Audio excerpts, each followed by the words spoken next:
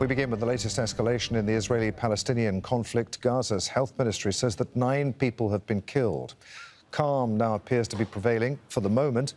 This a live shot from Gaza. Earlier, Hamas fired a barrage of rockets from the Strip. They were launched in response to what the group called Israeli aggression in the Al-Aqsa compound. Israel is hitting targets across Gaza with artillery.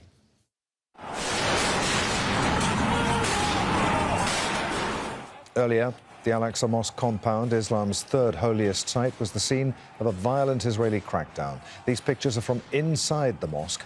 Israeli forces firing rubber-coated steel bullets, tear gas and sound bombs at Palestinian worshippers. And that's the second time that Israeli forces have stormed the mosque since last week.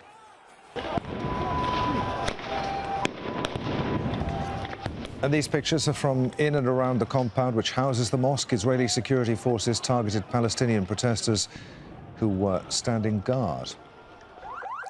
The latest numbers from the Palestinian Red Cross are that more than 330 people have been injured. Speaking earlier, Israel's Prime Minister Benjamin Netanyahu praised the security forces for supporting what he called a just struggle at upholding law and order. A struggle is taking place in the heart of Jerusalem. This is not a new struggle. This is a struggle between intolerance and tolerance, between law-breaking and violence and law and order. The struggle is not new because it has transpired over Jerusalem and in the heart of Jerusalem for centuries. Since the rise of the monotheistic religions, for years, one side ruled and excluded the two others. And sometimes they changed and the same thing happened. You can say that in the long history of Jerusalem, only under Israeli sovereignty since 1967, we are witnessing a continuous, stable, secure period in which we are working to ensure freedom of worship and tolerance for all.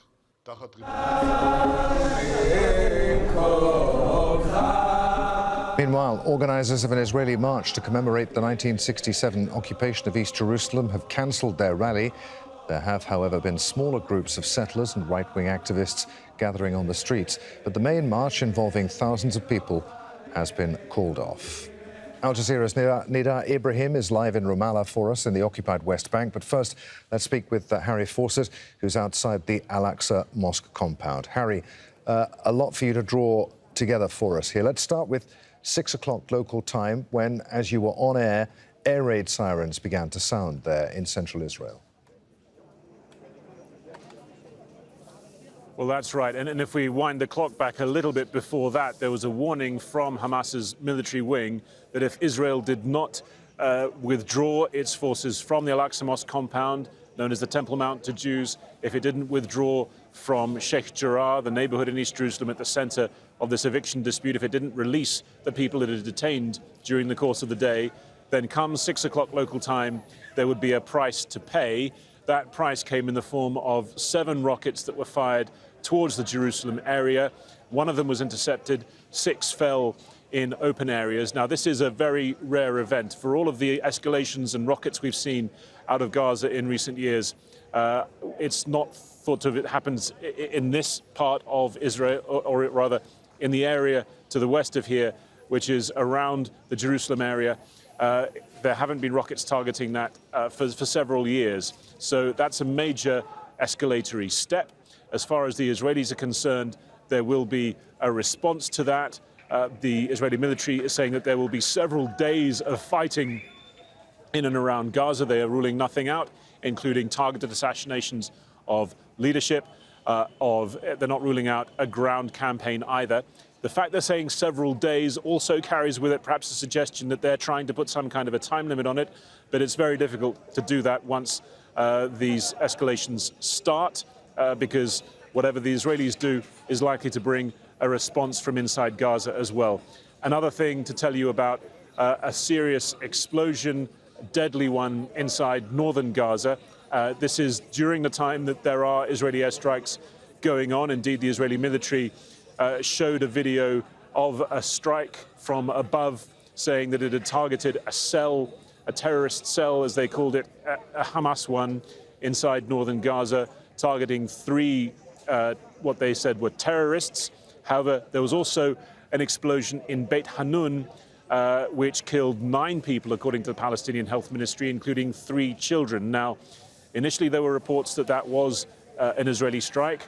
There have also been sources suggesting that it could have been a malfunctioning ordnance of some kind from within Gaza. It's extremely unclear as to exactly what took place there, whether the video that's been tweeted out by the Israeli military refers to the same incident or not. Hopefully we will get some kind of clarity. We are seeking that from the Israeli military to see if they can rule out that they were responsible for what the Palestinian Health Ministry says is 9 deaths, including 3 children. And after a day of more violence there in occupied East Jerusalem, has the cancellation of this march to commemorate the 1967 occupation of East Jerusalem done anything to diffuse tension? Yes, it's strange, really, after these days and days of building pressure and tension, reaching this boiling point in the Al-Aqsa Mosque compound earlier on Monday. Now that we're on the verge, potentially, of a very major escalation between Israel and Hamas in Gaza, the situation here at Damascus Gate, on the fringes of the Old City, is the calmest that it's been for some time.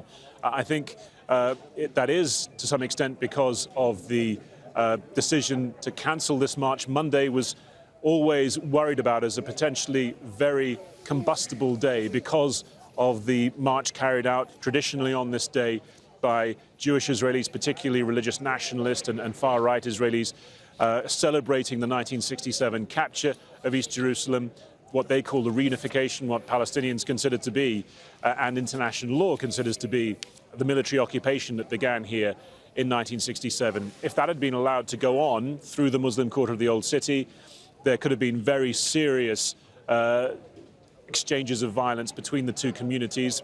That seemed a very real possibility up until the last minute. The Israeli security establishment seemed to go back and forth as to whether they were going to allow it to take place. In the end, at the last minute, they decided no. That does represent some significant setbacks as far as Benjamin Netanyahu and the Israeli right wing is concerned. Jews were not allowed access onto the Al-Aqsa Mosque compound, the Temple Mount, on this important day for them.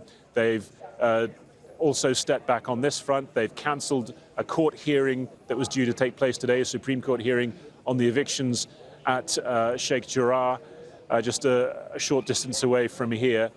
And yet we have this potential major escalation taking place as a result, partly of what we've seen throughout this month of increased tensions. And of course, there was what took place, the very violent scenes that we saw on the Al-Aqsa Mosque compound itself earlier on Monday.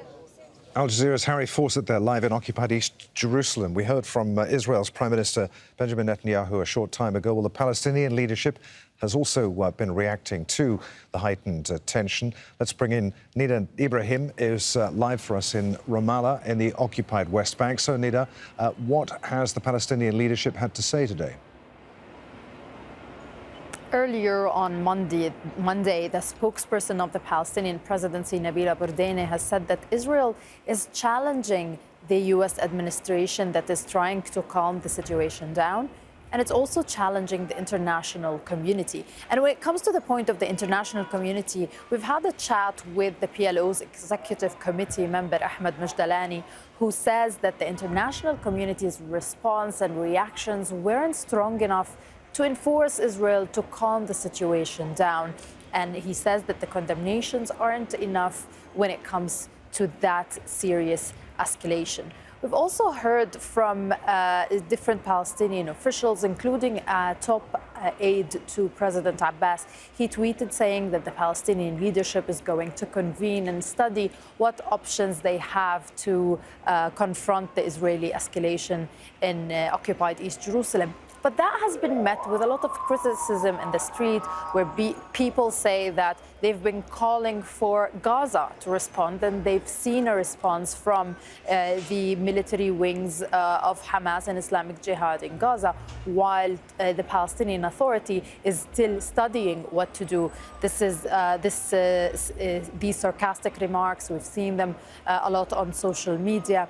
And there is some feeling that the Palestinian Authority can do more but isn't. But when it comes to Palestinian officials, they would tell you that they are seeking the international community. They want the UN Security Council, the Arab League, and the Organization of Islamic Cooperation to deal with the situation and kind of put pressure on Israel on that regard. We've also heard from the Palestinian Prime Minister, Mohammed Shtayyeh, who condemned the escalation.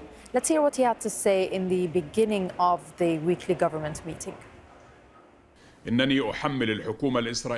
I hold the Israeli government fully responsible for what the worshippers were exposed to in the blessed Al-Aqsa Mosque, and I warn of the consequences that will result from such incursions, as well as attempts to evacuate the people of Sheikh Jarrah, the original owners of the land, from their homes.